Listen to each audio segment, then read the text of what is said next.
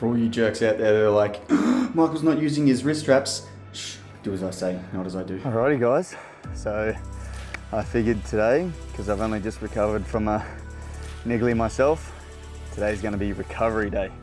So we're going to be talking about how to look after yourself, how to train efficiently and looking after yourself at the same time, and a couple of other things. So let's get into it. Okay guys, so a few factors at play here when it comes to your recovery. A small list of things that can play a bit of a role. So your age, your output, your training intensity, your training style, any previous injuries you have, and the goals you're actually trying to achieve. So today I'm pretty much going to be strictly talking about how I sort of maintain myself, how I use recovery in my own sort of training programs and my own training styles back to back. Because there's many different ways that you can train, right? So as you can see in the intro of the video, the stuff that I do is quite intense on the body, so it tightens up your muscles pretty bad. But along the time that I've been training, last 17 years, I've gone from traditional weightlifting to calisthenics, and the recovery is drastically different. So other experiments I've done in the past in terms of seeing myotherapists and massagers consistently to actually help my recovery in my training, we'll cover all that off today. So the first thing, and I don't want you to take this the wrong way, is if it isn't broke, don't fix it. So what I mean by that is if everything is functional in your body, to an extent, you can kind of leave it alone. That's what I do myself. So again, don't get it twisted. But in saying that, what I actually do myself is I am constantly testing the ranges of motion and functionality of my body, tight muscles, from trigger points to just general stretching, any pain and nigglies that's starting to show up, which can be the first sign, oh, something's getting too tight, something is going wrong, before I start getting onto it myself to try and keep those nigglies away so I can keep training, keep growing, keep getting my cool tricks. So with the age thing, so first up, when I was younger, anywhere between the ages of when I started being 17 to, I would even go as far as saying 26, I did not have to do too much recovery. I was even in the army at this time, and for the most part, my body just worked pretty well. Like I can remember going to the physios only a couple of times in my 6-year career in the army.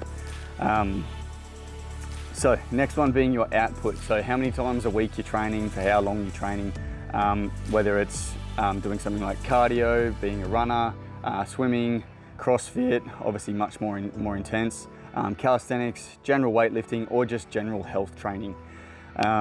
So all of those will have a drastically different sort of result on your body and how much you'll have to release tight muscles, stretch, mobility work, muscle activation, that sort of stuff to just keep you working functionally. Big one also being your training intensity. Like I would bet that if you were just training for just general health, range of motion, lifting quite lightly, you would go a considerable amount of time before even needing to touch a trigger point ball or going to a masseuse.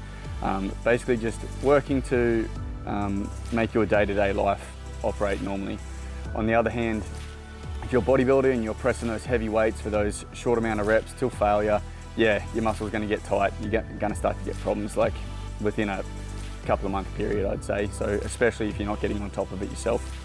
Training style. Yep, so we just covered that with between your CrossFit style, runners, swimmers, calisthenics athletes, bodybuilders.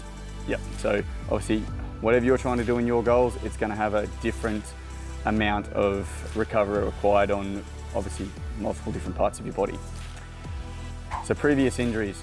So if you've had things like hip replacements, ankle reconstructions, shoulder dislocations, they're all going to play a massive role in that recovery, and you're probably going to find you're going to have to be maintaining that stuff for the rest of your life. Not to mention, obviously, half your training will be built around trying to keep it strong. The caveat to that, if my English is correct, is that obviously it's still going to tighten because you're using it even more.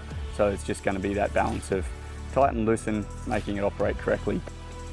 And the last one being your goals. So motivation plays a huge role here, in my opinion. So when I started getting into calisthenics, you've got that thing in your head saying, go, go, go, got to get all my tricks nice and fast. that's obviously going to play a role in your intensity. You might be in the gym for an hour, hour and a half, 2 hours, some people, and rest is a part of that recovery. You're not getting as much rest as you used to be.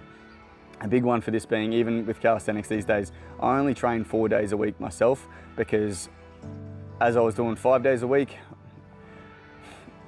I was finding I was getting a little bit more injured, more nigglies more often, and it was actually slowing down my results as a part of that. Not to mention, like, seeing masseuses and myotherapists all the time gets quite expensive. Trying to avoid that, you're just trying to get there as fast as possible and as easy as possible. But again, this could be because of my age. I possibly would have never had to have done that about 5 years ago. So yeah, for you guys out there, the way that I work on my recovery is, like, obviously getting knowledge around it first, learning the places you gotta stretch, you got a trigger point ball. When I start to feel like I need it, I actually start to build it into my own sessions. So if you ever see me train, you'll see that there's never really a dull moment. Like, if I'm feeling good and I'm feeling fresh, I'll actually probably use my rests for once, where I'll kind of just sit there, I'll be listening to music. But those days that, like, you're starting to see that I'm playing with my shoulder, I'm rotating my arms, like, obviously I've got something bothering me, more often than not, you'll probably find that, like, in my rests, I'll leave my phone there with a timer on it, I'll go over to a wall, I'll get my trigger point ball into my body, or I'll get that resistance band out, and I'll be stretching things here, sitting on a ball just on the side of my bench, things like that. So that's how I do my recovery. So it doesn't kind of just get left to the end of the day because you're tired from work, and then all of a sudden it's too hard to do because you just want to go to bed and do it all over again. But I'll tell you now, especially as you get older, if you don't stay on top of these things and get onto them, it'll get to a point where you'll be begging the old self that you just got onto it when it started to show its head. So yeah, I hope you learned something about this recovery day, guys. On YouTube, if you can like and subscribe, that'd be helpful. I know I've been missing for the last 2 weeks. It's just been a bit hectic, but I promise I'm going to keep trying to do these videos for you guys, keep coming up with good ideas. I have an idea for a cool video in the future just in the corner over here, so that's why the video's over here today. Yeah, hope it helped. See you in the gym, see you around. Give us a bell if you need any help.